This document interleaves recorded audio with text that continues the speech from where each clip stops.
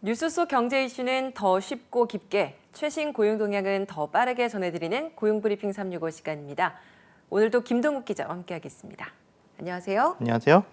오늘은 어떤 이슈 준비하셨나요? 네, 직장인 퇴사 원인 1위가 무엇인지 혹시 알고 계신가요? 아, 퇴사 원인 1위요? 네, 뭐 바로 연봉이 안 맞아서 이런 걸까요? 그런 것도 있지만 물론 있는데 가장 큰 것은 바로 직장 내 괴롭힘입니다. 고용 브리핑 365 시간에도 그 정도와 심각성을 여러 차례 이야기 나눠본 적이 있는데요. 네네. 사라져야 할 직장 내 괴롭힘, 비단 우리나라의 문제만은 아닐 텐데요. 전 세계 직장인들의 현실은 어떨까요? 국제노동기구 ILO에서 직장 내 괴롭힘과 관련해 첫 전 세계 실태를 조사해 발표했는데요. 이슈픽에서 짚어봅니다. 전 세계 노동자들, 우리나라와 별반 차이가 없나요? 어떤가요? 네, 맞습니다. 국제노동기구에서 세계 121개국에서 15세 이상 7만 4천여 명을 조사했는데요. 그 결과 5명 중 1명꼴로 직장 내 괴롭힘을 겪은 적이 있다고 합니다. 네. 이번 조사를 통해 직장 내 폭력과 괴롭힘이 전 세계에 널리 퍼진 현상임을 확인할 수 있었는데요. 이번 조사를 바탕으로 추정해보면 전 세계 노동자 7억 4,300만 명이 직장 생활 중 적어도 한 번 이상 폭력과 괴롭힘을 당한 셈이라고 합니다. 와, 이렇게 전 세계적으로 수치를 들으니까 더 크게 와닿는 것 같네요. 7억 4,300만 명.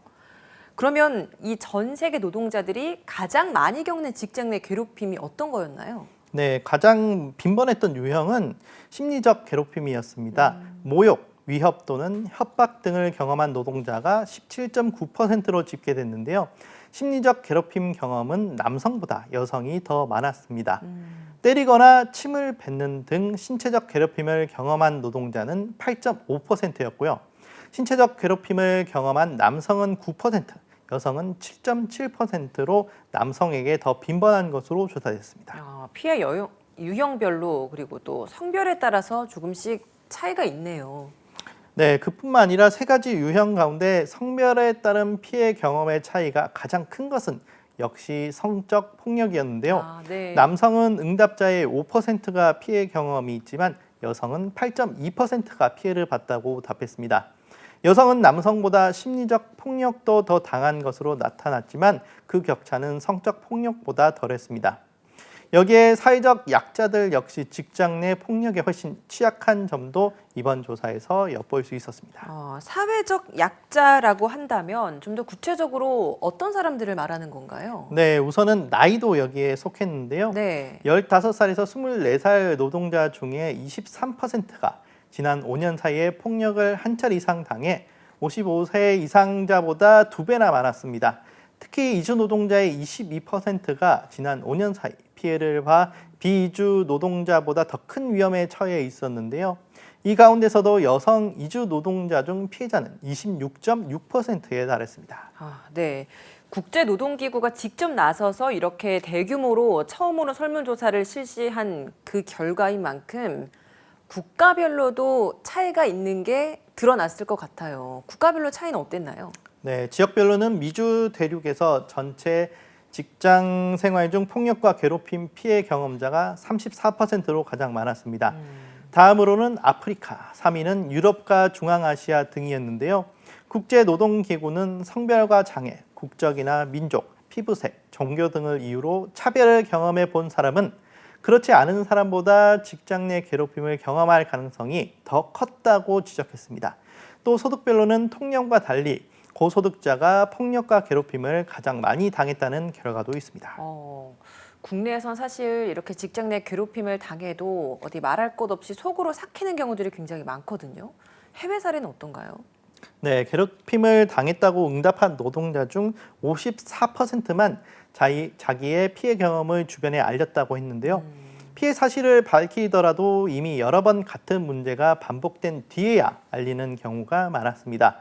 외부의 피해 사실을 알리기 꺼리는 이유로는 평판 악화와 시간 낭비 등을 꼽았는데요. 그만큼 해결되기 힘들다고 본 겁니다. 네. 이렇다 보니 공개적으로 문제를 제기하기보단 가족이나 친구에게 털어놓는 경우가 많았다고 하네요. 직장, 사회에서 사실 괴롭힘을 방지하겠다라는 방법들이 좀 여러 가지 나오고 있어요. 우리나라도 마찬가지고 물론 세계적으로도 그런 추세일 것 같은데 이런 직장 내 괴롭힘을 당하는 사람들이 여전히 많다라는 건 이런 방법들이 별 효과를 발휘하지 못한다라고 봐도 무방할 것 같은데요. 네, 맞습니다. 국제노동기구 역시 이번 조사를 통해 직장 내 괴롭힘 방지를 위한 기존 방법들이 효과적이거나 충분하지 않다는 사실이 드러났다고 평가했습니다. 그런 만큼 앞으로 직장 생활에서 폭력과 괴롭힘을 분명히 거부할 수 있는 법과 시스템이 더 보완돼야 한다고 지적했습니다. 네, 국내에서도 직장 내 괴롭힘 금지법이 시행되고 있습니다. 벌써 3년이 지났는데 그럼에도 여전히 어려움을 호소하는 분들이 많이 있죠. 네, 직장 내 괴롭힘 금지법의 효과로 갑질은 매년 줄고 있지만 괴롭힘이 심각하다는 응답은 줄곧 30%대를 유지하고 있습니다. 근로자가 체감하는 괴롭힘은 여전히 많다는 뜻인데요. 여기에 고용노동부의 지난 8월을 기점으로 3년간 접수된 신고 건수만 해도 약 2만 4천여 건이나 됩니다. 이 가운데 7,900여 건이 취하됐고 9,200건 정도는 기타로 처리됐는데요. 기타로 분류된 사건은 법 적용 제외와 법 위반 없음이 대부분이라고 합니다. 아니, 9,200건 정도가 기타로 처리돼서 법 적용에 제외된다? 이건 어떤 이유 때문인 거죠? 네, 우선 5인 미만 사업장이거나 특수고용 노동자, 프리랜서라 개정근로기준법을 적용할 수 없거나 괴롭힘이 아니라고 판단해 기타로 분류한 경우가 가장 많았습니다. 무려 45.2%나 됐습니다. 직장 내 괴롭힘 사실을 확인해 사업장에 공문을 보내 개선 지도 처분을 한 사건은 단 12.8%에 그쳤고요. 직장 내 괴롭힘 금지법 시행으로 사회적 인식은 개선되고 있지만 5인 미만 사업장 등 법의 사각지대를 줄여야 한다는 목소리가 나오고 있는 이유입니다. 네, 이런 부분들은 충분히 좀 개정이 필요할 것 같고요. 그게 잘 개정돼서 또 실제로 효과를 발휘하고 있는지 꾸준히 추적 관찰을 해야 될 것 같습니다. 그리고 사실 이 괴롭힘을 당하고 있다라고 신고를 해도 증거를 제출해야 되잖아요. 근데 그 증거를 신고자가 제출을 해야 되다 보니까 굉장히 어려움도 있는데 이때 좀 참고할 수 있는 방법이 있을까요? 네, 사실 직장 내 괴롭힘은 가장 중요한 판단이 업무상 적정 범위를 넘어섰는지인데요. 그래서 카카오톡이나 SNS 등 입증 자료들의 많은 준비가 필요합니다. 특히나 평소에 직장 내 괴롭힘이라고 여겨지는 것에 대해 그냥 넘기기보다는 기록을 해놓는 것도 좋고요. 만약 언어적인 괴롭힘의 경우라면 구두로 이야기되는 경우가 많죠. 그렇죠. 이럴 때는 상시 녹음하면서 막말이나 갑질했을 때 시간까지 같이 기록해 두는 게 좋습니다. 아니 근데 제가 얼핏 듣기로는 녹음을 하는데 상대방의 동의 없이 알리지 않고 녹음을 하면 이게 법적 효력이 없다는 이야기도 들었는데 아닌가요?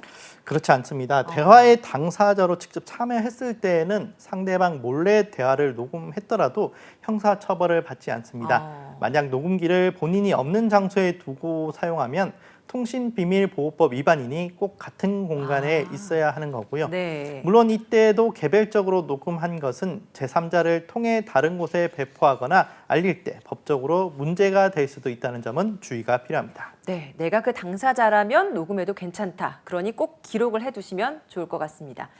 한 사람의 영혼을 죽이는 직장 내 괴롭힘, 고통받는 피해자들의 일터와 삶을 보호할 수 있도록 현실적인 법과 지침 개선의 마련이 시급한 시점입니다. 오늘도 김동욱 기자와 함께했습니다.